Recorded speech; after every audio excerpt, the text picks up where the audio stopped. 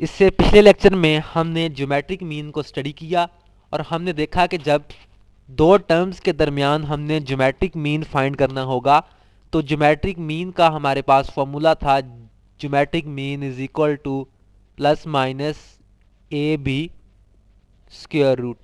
जब हमने दो टर्म्स के दरमियान एक ज्योमेट्रिक मीन फाइंड करना था, लेकिन जब हमने एक से ज़्यादा ज्योमेट्रिक मीन्स फाइंड करना थे तब हमने जनरल टर्म वाला फॉर्मूला यूज़ किया a n is equal to a one r raise to power n minus one. इस लेक्चर में हम एक्सरसाइज नंबर 6.7 के क्वेश्चंस को सॉल्व करेंगे जो यही फॉर्मूलाज को यूज़ करते हुए सॉल्व होंगे। हम स्टार्ट करते हैं क्वेश्चन नंबर 1। क्वेश्चन नंबर 1 के 2 पार्ट हैं। Find geometric mean between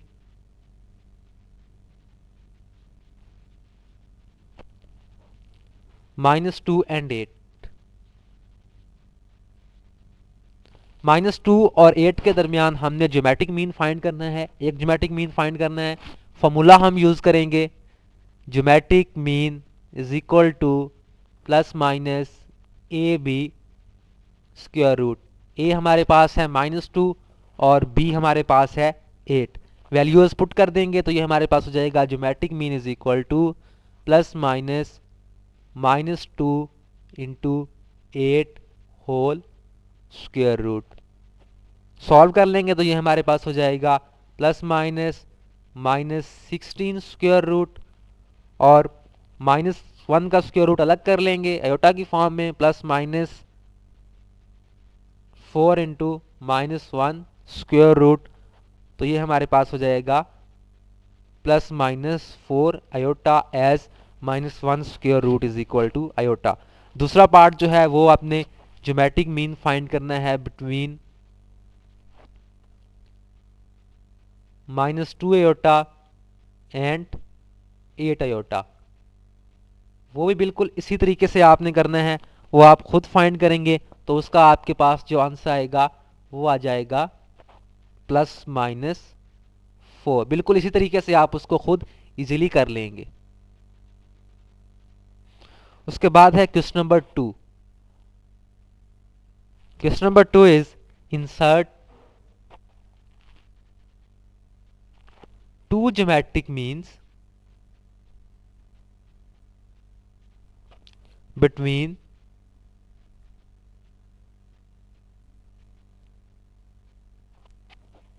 one and 8। 1 and 8 के दरमियान हमने दो ज्योमेट्रिक मीन इंसर्ट करने हैं। लेट हम कर लेते हैं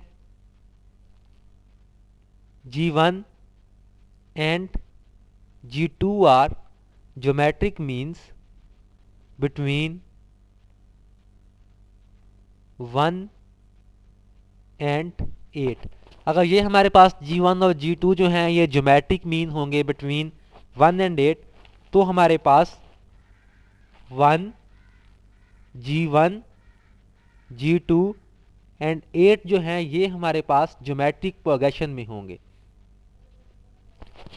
जब हमने एक से ज़्यादा ज्योमेट्रिक मीन्स फाइंड करना होंगे तो सबसे पहले हम लेट करेंगे जो हमने ज्योमेट्रिक मीन्स फाइंड करना है। यहाँ पे हमने दो ज्योमेट्रिक मीन्स फाइंड करना थे तो मैंने लेट किया G1 और G2 जो है ये ज्योमेट्रिक मीन है। और उसके बाद अगर ये ज्योमेट्रिक मीन है तो इसका मतलब है कि ये 1 एंड 8 के दरमियान टर्म्स होंगी एक ज्योमेट्रिक प्रोग्रेशन में, क्योंकि ज्योमेट्रिक मीन की डेफिनेशन से हमें पता है कि ये नॉन कंसेक्टिव टर्म्स के दरमियान जितनी टर्म्स होंगी वो ज्योमेट्रिक मीन्स होंगे। अब हमारे पास ज्योमेट्रिक प्रोग्रेशन आ गया। हमने दो टर्म्स एक्चुअली फाइंड करना है ज्योमेट्रिक प्रोग्रेशन की। तो ज्योमेट्रिक प्रोग्रेशन की जब हमने टर्म्स फाइंड करना होती हैं तो हम जनरल टर्म वाला फॉर्मूला यूज करते हैं जो कि है an is equal to a1 r raise to power n-1। a1 हमारे पास गिवन है, हमें r चाहिए। r फाइंड करने के लिए हम लास्ट टर्म को यूज करेंगे जो कि है फोर्थ टर्म। फोर्थ टर्म के लिए अगर मैं ये फॉर्मूला लिखूं तो ये हो जाएगा a4 is equal to a1 r cube. a4 हमारे पास गिवन है, 8 a1 है, 1 r हमने फाइंड करना है। तो r की वैल्यू हमारे पास आ जाएगी r इज इक्वल टू 2। हमारे पास अब r भी आ गया और a1 भी आ गया। अब हम ज्योमेट्रिक मीन्स जो है वो फाइंड कर सकते हैं। g1 फर्स्ट ज्योमेट्रिक मीन जो है इस ज्योमेट्रिक प्रोग्रेशन की सेकंड टर्म है, और ज्योमेट्रिक प्रोग्रेशन की सेकंड टर्म के लिए जनरल टर्म वाला फॉर्मूला इस फॉर्म में आ जाता है a1r। यहां पे हम a1 और r की वैल्यू पुट कर देंगे तो हमारे पास फर्स्ट ज्योमेट्रिक मीन आ जाएगा। a1 हमारे पास है 1, r हमारे पास है 2, तो g1 हमारे पास आ गया 2। जब हमने g2 फाइंड करना है तो g2 जो है ये हमारे पास इस ज्योमेट्रिक प्रोग्रेशन की थर्ड टर्म है a3, और a3 के लिए जनरल टर्म वाला फॉर्मूला इस फॉर्म में आ जाएगा a1 r स्क्वायर। तो इस फॉर्मूला में हम वैल्यूज पुट कर देंगे, a1 की जगह पे 1, r की जगह पे 2, 2 स्क्वायर, तो ये हमारे पास हो जाएगा 4। सो 2 and 4 are two geometric means between 1 and 8। इसके बाकी जो पार्ट्स हैं वो बिल्कुल इसी तरीके से करने हैं। जो ज्योमेट्रिक मीन फाइंड करना होगा वो आप लेट कर लेंगे कि इतने हमने ज्योमेट्रिक मीन फाइंड करना है, और वो जो ज्योमेट्रिक मीन्स होंगे वो टर्म्स होंगी एक ज्योमेट्रिक प्रोग्रेशन की। जनरल टर्म वाला फॉर्मूला यूज करते हुए हम वो टर्म्स फाइंड कर लेंगे। Then is question number 4.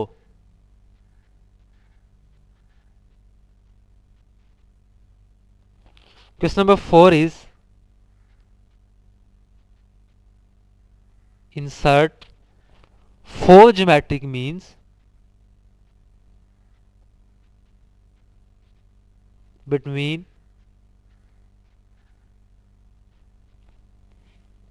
3 and 96।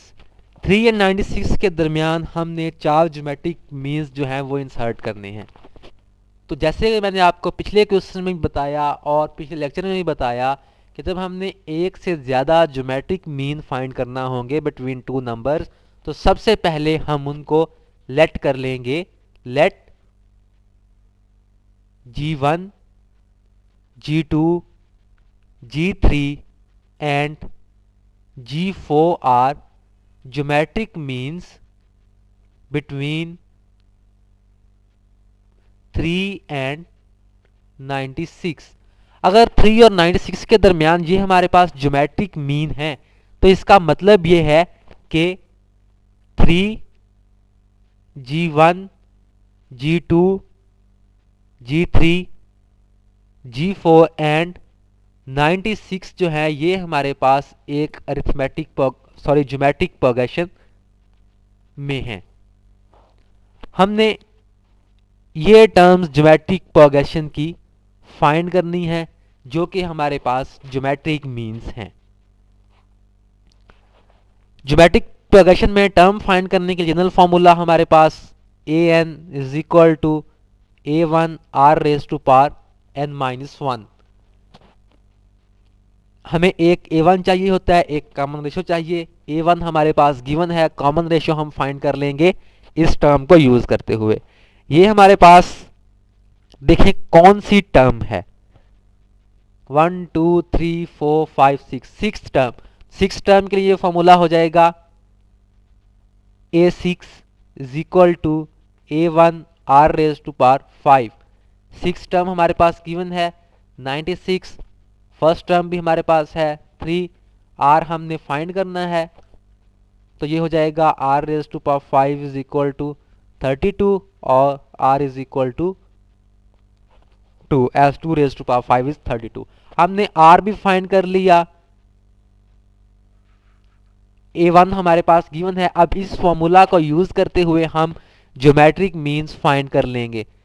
First geometric mean, यहां से आप देख लें कि जो पहला ज्योमेट्रिक मीन है ये इस ज्योमेट्रिक प्रोग्रेशन की दूसरी टर्म है a2, और ज्योमेट्रिक प्रोग्रेशन की दूसरी टर्म फाइंड करने के लिए अगर हम ये फॉर्मूला यूज करें n की जगह पे 2 आ जाएगा तो ये हमारे पास हो जाएगा A1 R। यहाँ पे अब हम A1 की जगह पे 3 पुट कर दें जो उसकी वैल्यू है, R की जगह पे 2 पुट कर दें जो हमने फाइंड किया, तो हमारे पास फर्स्ट ज्योमेट्रिक मीन आ गया 6। जब हमने सेकंड ज्योमेट्रिक मीन फाइंड करना है, सेकंड ज्योमेट्रिक मीन इस ज्योमेट्रिक प्रोग्रेशन की थर्ड टर्म है। थर्ड टर्म के लिए जब हम जनरल टर्म वाला फॉर्मूला यूज करें, n की जगह पे 3 पुट कर दें, तो ये हमारे पास हो जाएगा A1 R स्क्वेयर। A1 की वैल्यू हमारे पास 3, R की 2, 2 का स्क्वेयर, तो इसका हमारे पास आंसर आ जाएगा 12। सिमिलरली जब हमने थर्ड ज्योमेट्रिक मीन फाइंड करना है, तो वो इस ज्योमेट्रिक प्रोग्रेशन की फोर्थ टर्म है, और फोर्थ टर्म के लिए जब हम इस जनरल टर्म वाले फॉर्मूला में n की जगह पे 4 पुट करेंगे, तो ये हमारे पास हो जाएगा A1 R cube. Values put कर देंगे तो इसका हमारे पास रिजल्ट आ जाएगा 24। सिमिलरली जो हमारे पास फोर्थ ज्योमेट्रिक मीन है, ये इस ज्योमेट्रिक प्रोग्रेशन की फिफ्थ टर्म है, और फिफ्थ टर्म के लिए जनरल फॉर्मूला इस फॉर्म में आ जाएगा A1 R raise to power 4। Values put करेंगे A1 की और R की, तो हमारे पास रिजल्ट आ जाएगा 48। सो 6, 12, 24 एंड 48 जो हैं, ये हमारे पास ज्योमेट्रिक मीन्स हैं बिटवीन 3 एंड 96। जब भी एक से ज़्यादा ज्योमेट्रिक मीन फाइंड करना होंगे, सबसे पहले हम लेट करेंगे कि जो हमने ज्योमेट्रिक मीन्स फाइंड करना है, उसके बाद वो ज्योमेट्रिक मीन्स और जो टर्म्स जिनके दरमियान हमने ज्योमेट्रिक मीन्स फाइंड करना होंगे, एक सीक्वेंस बनाएंगी। उस सीक्वेंस से फिर हमने सबसे पहले कॉमन रेशियो फाइंड करनी है। फर्स्ट टर्म हमारे पास गिवन होगी, फर्स्ट टर्म, कॉमन रेशियो और जनरल टर्म का फॉर्मूला यूज करते हुए हम ज्योमेट्रिक मीन्स फाइंड कर लेंगे। Then is question number 5. Question number 5 is, if both x and y are positive real numbers,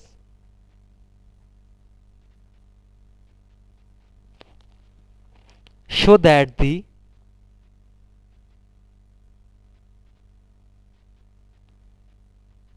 geometric mean between x and y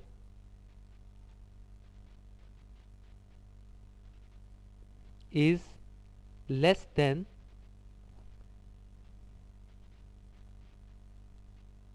their arithmetic mean।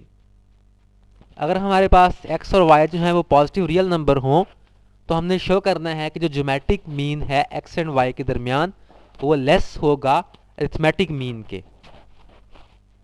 तो सबसे पहले geometric mean का formula हमारे पास होता है, geometric mean is equal to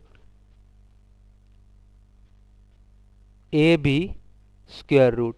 यहाँ पे हमारे पास टर्म्स दी गई हैं x and y, so geometric mean is x y square root. हमारे पास पॉजिटिव रियल नंबर्स हैं।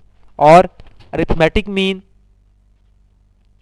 मीन का हमारे पास फॉर्मूला होता है a प्लस बी बाई 2। यहाँ पे हमारे पास टर्म्स दी गई हैं x एंड y, तो अरिथमेटिक मीन हो जाएगा x प्लस वाई बाय 2। हमने अरिथमेटिक मीन फाइंड कर लिया और ज्योमेट्रिक मीन भी फाइंड कर लिया।